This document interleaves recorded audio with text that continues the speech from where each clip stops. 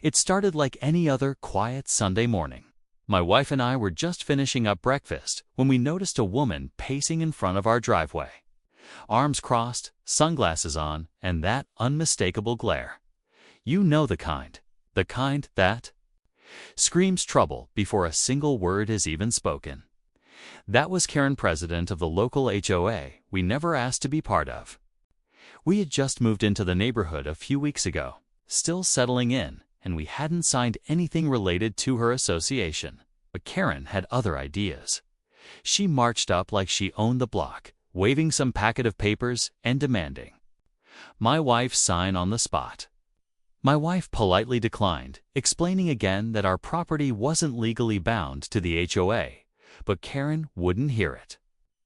She started yelling about community standards, claiming she had connections, and then stormed off. We didn't think much of IT until the police showed up 20 minutes later. That's when things took a weird turn.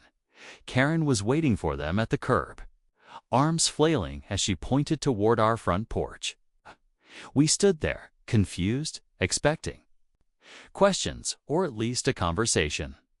But instead, something happened that left everyone, especially Karen, speechless. The officers didn't confront my wife. They didn't ask for ID. They didn't even seem interested in Karen's rant. One of them took one look at my wife, stood a little straighter, and then gave her a sharp salute. And then the other did the same. Karen's jaw dropped. I couldn't believe what I was seeing. My wife just nodded, calm as ever. I'd always known there were parts of her past she didn't talk much about, but I didn't know it would come to light like this. And Karen had no clue what she'd just stepped into. Karen was frozen, mouth slightly open, as if her brain couldn't catch up with what had just happened. The two officers stood at attention for a brief moment, then one of them quietly said, "Ma'am, thank you for your service." My wife gave a small nod, still calm, still quiet. And Karen. She looked like she was about to explode. See, Karen thought she had everything figured out. To her, we were just another couple who didn't follow her rules. She'd already left a few notes taped to our mailbox about trash cans being out too long and our grass growing out of regulation. We laughed them off, knowing full well we weren't even part of her HOA, but Karen clearly saw herself as the sheriff of the neighborhood. And when we didn't play along, she tried to escalate. What Karen didn't know, what I was just starting to understand myself, was that my wife wasn't just calm because she didn't care. She was calm because she'd faced things far more serious than a nosy neighbor and a clipboard. For years, my wife kept her past close. I knew she had served, but she never liked to talk about it much. And honestly, I never pressed. But watching those officers salute her like that, it hit different. It told me her service wasn't just routine, it meant something deeper. Karen, however, wasn't backing down. After the salute, she walked straight up to the officers and started arguing. She's refusing to sign the HOA agreement. She's disrespecting community guidelines, she hissed. But the officers didn't budge. One of them gave her a look, neutral, professional, but with just enough edge to say, "You're barking up the wrong tree." And that's when Karen pulled out her phone and said she was calling someone higher up. That's when things really started getting strange. Karen stepped back, clutching her phone like it was some kind of weapon. "I'm calling the HOA board president. You'll regret this," she snapped, clearly rattled but trying to hold her ground. The officers exchanged a look. Then one of them turned slightly to my wife and said quietly, "We'll stay close, just in case." That line stuck with me. Just in case. What kind of history did my wife have with law enforcement that made them stay back out of respect or concern? As Karen paced near the sidewalk, still on the phone with whoever she thought had authority, I finally turned to my wife and whispered, "What exactly did you do in the service?" She just shook her head slightly and said, "Not here. Not now." Her voice was calm, but her eyes were scanning the street like she wasn't just annoyed, she was assessing risk. That's when I realized this wasn't just about some nosy sick neighbor and a ridiculous HOA form. There was more going on, and Karen had no idea how deep she was digging. Meanwhile, a few other neighbors had started peeking out from their windows. One even came out to check the mail, but lingered longer than necessary. You could feel the shift. People were starting to pay attention. Karen may have ruled this neighborhood with rules and fines, but now, for the first time, someone wasn't. Afraid to push back. Then, something else happened. A dark SUV rolled slowly down the street. It didn't have plates from around here, and the way it crawled past our driveway, pausing just long enough to be noticed, sent a chill down my spine. My wife noticed too.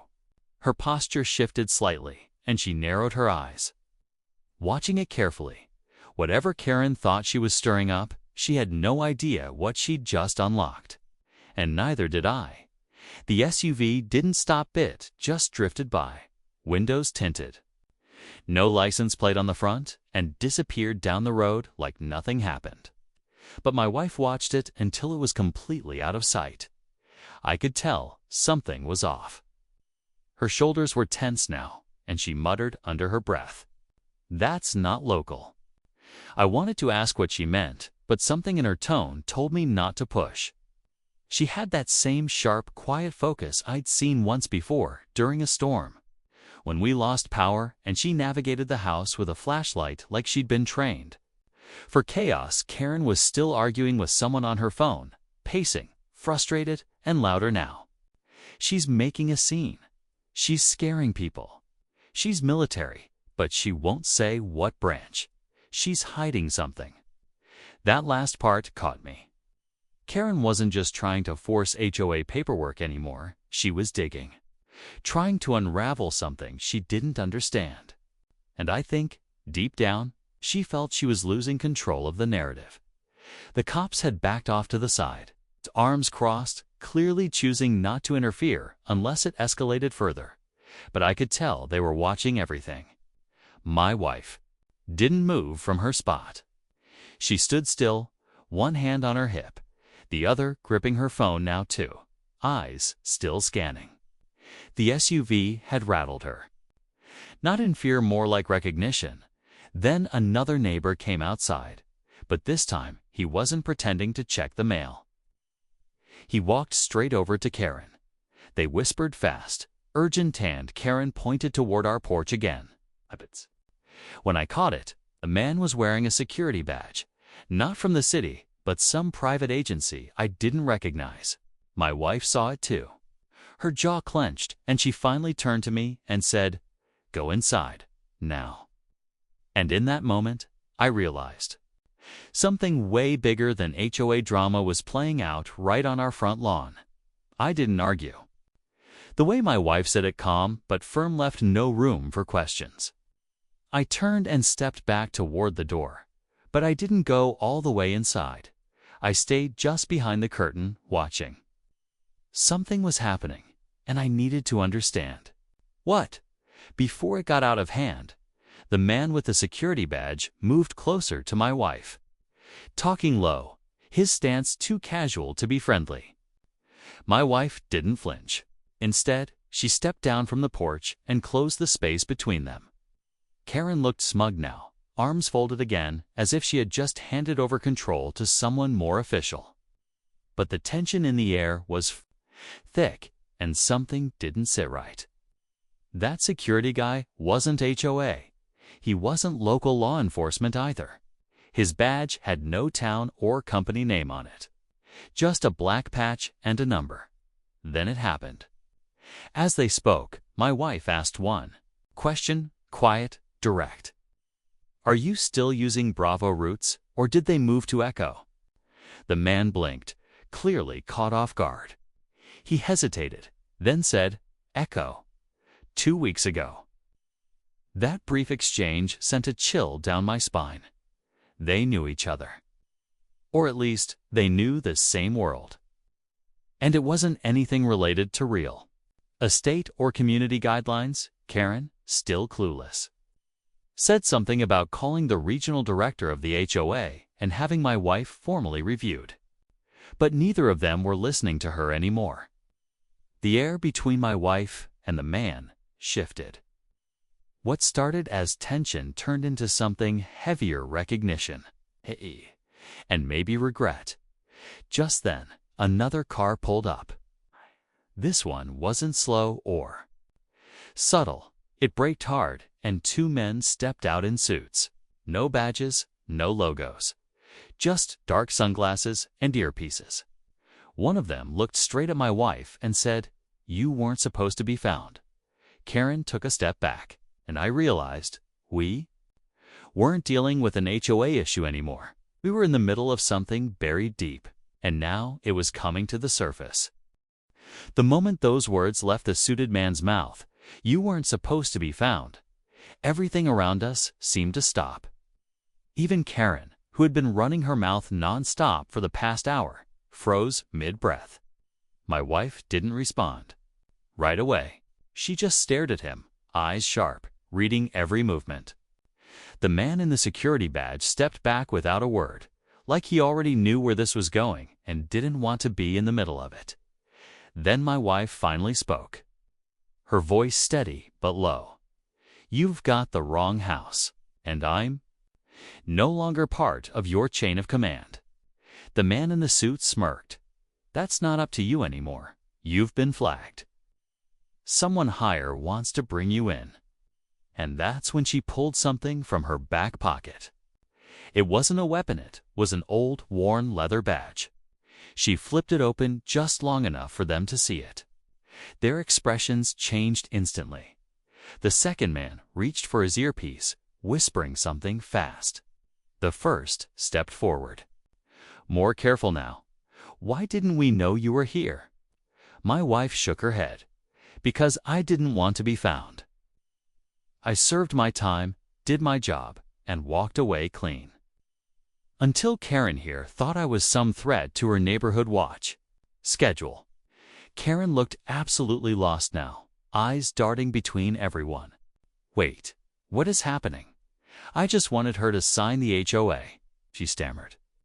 My wife turned to her, finally addressing her directly. "You involved people you don't understand, Karen, and now you've opened a door that won't close easily." Suddenly, one of the men's radios crackled. "Abort, stand down. Immediate retreat, do not engage." They froze.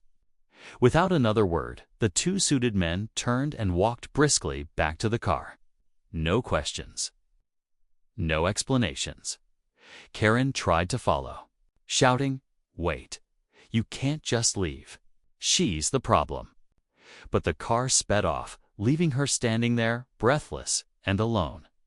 Then, just as things felt like they were calming down, my wife turned to me and said quietly, "Pack a bag. We're not safe here anymore."